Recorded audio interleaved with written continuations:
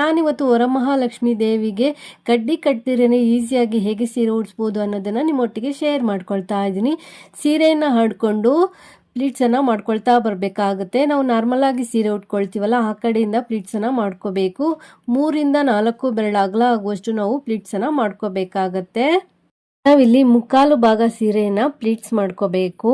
ಒಂದೇ ಸಲ ಪ್ಲೀಟ್ಸನ್ನು ಹಿಡಿಲಿಕ್ಕೆ ಆಗದೆ ಇದ್ದಾಗ ಸ್ವಲ್ಪ ಸ್ವಲ್ಪ ಪ್ಲೀಟ್ಸನ್ನು ಮಾಡ್ತಾ ಪ್ಲೀಟ್ಸ್ಗಳನ್ನ ಅರೇಂಜ್ ಮಾಡಿ ಕ್ಲಿಪ್ಪು ಅಥವಾ ಪಿನ್ನನ್ನು ಸೇರಿಸ್ಕೊಂಡು ಮತ್ತೆ ಕಂಟಿನ್ಯೂ ಮಾಡಿ. ನಾನು ಒಂದೇ ಸಲ ಪ್ಲೀಟ್ಸನ್ನು ಹಿಡಿಲಿಕ್ಕೆ ಆಗದೆ ಇರೋದ್ರಿಂದ ಸ್ವಲ್ಪ ಸ್ವಲ್ಪ ಪ್ಲೀಟ್ಸನ್ನು ಮಾಡಿ ಪ್ಲೀಟ್ಸ್ಗಳನ್ನ ಜೋಡಿಸಿ ಕ್ಲಿಪ್ಪನ್ನು ಸೇರಿಸ್ಕೊಳ್ತಾ ಇದ್ದೀನಿ. 2 ಬಾರ್ಡರ್ಗಳಲ್ಲೂ ಸಹ ಪ್ಲೀಟ್ಸನ್ನು ಅರೇಂಜ್ ಮಾಡಿ ಕ್ಲಿಪ್ ಅಥವಾ ಪಿನ್ನನ್ನು ನಾವಿಲ್ಲಿ ಸೇರಿಸ್ಕೋಬೇಕು.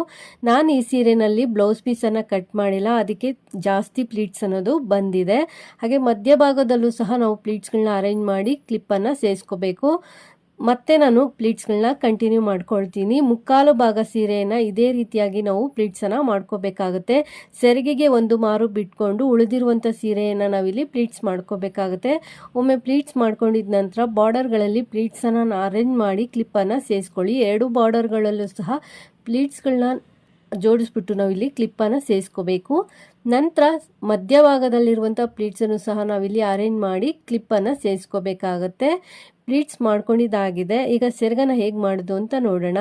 ನಾನಿಲ್ಲಿ ಸೀರೆಯನ್ನು ಹಾಡಿಕೊಂಡು ಸೆರಗನ್ನು ಮಾಡ್ಕೊಳ್ತಾ ಇದ್ದೀನಿ. ನಾವು ನಾರ್ಮಲಾಗಿ ಸೀರೆ ಉಟ್ಕೊಂಡಾಗ ಹೇಗೆ ಪ್ಲೀಟ್ಸ್ ಮಾಡ್ಕೊಳ್ತೀವಿ ಅದೇ ರೀತಿಯಲ್ಲಿ ಮಾಡ್ಕೊಂಡಿದ್ದೀನಿ.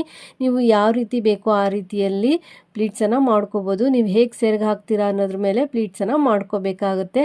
ಸೆರಗಿನ ತುದಿಗೆ ಒಂದು ಕ್ಲಿಪ್ಪನ್ನು ಸೇರಿಸ್ಕೊಂಡಿದ್ದೀನಿ. ನಂತರ ಸ್ವಲ್ಪ ಸ್ವಲ್ಪ ದೂರಕ್ಕೆ ಪ್ಲೀಟ್ಸ್ಗಳನ್ನ ಅರೇಂಜ್ ಮಾಡಿ ಕ್ಲಿಪ್ಪನ್ನು ಸೇರಿಸ್ಕೊಳ್ತಾ ಇದ್ದೀನಿ. ನಾನಿಲ್ಲಿ 2 ಮೊಳ ಆಗುವಷ್ಟು ಸೆರಗನ್ನು ಪ್ಲೀಟ್ಸ್ ಮಾಡ್ಕೊಂಡಿದ್ದೀನಿ. ನೀವು ಯಾವ ರೀತಿ ಸೆರಗು ಹಾಕ್ತೀರಾ ಅನ್ನೋದ್ರ ಮೇಲೆ ಪ್ಲೀಟ್ಸನ್ನು ಮಾಡ್ಕೋಬೇಕಾಗತ್ತೆ. ಪ್ಲೀಟ್ಸನ್ನು ಮಾಡಿಕೊಂಡು ಸ್ವಲ್ಪ ಸ್ವಲ್ಪ ದೂರಕ್ಕೆ ಪಿನ್ನು ಅಥವಾ ಕ್ಲಿಪ್ಪನ್ನು ನೀವು ಇಲ್ಲಿ ಸೇರಿಸ್ಕೋಬೋದು. ಈಗ ಸೀರೆಯನ್ನು ಪ್ಲೀಟ್ಸ್ ಮಾಡ್ಕೊಂಡು ಆಗಿದೆ. ನಾನಿಲ್ಲಿ 2 ಮೊಳ ಆಗುವಷ್ಟು ಸೆರಗನ್ನು ಪ್ಲೀಟ್ಸ್ ಮಾಡ್ಕೊಂಡಿದ್ದೀನಿ. ಈ ರೀತಿ ಪ್ಲೀಟ್ಸ್ ಮಾಡಿ ಇಟ್ಕೊಂಡ್ರೆ ಹಬ್ಬದ ದಿನ ದೇವಿಗೆ ಉಡಿಸೋದು ಈಸಿ ಅಂತಲೇ ಹೇಳ್ಬೋದು.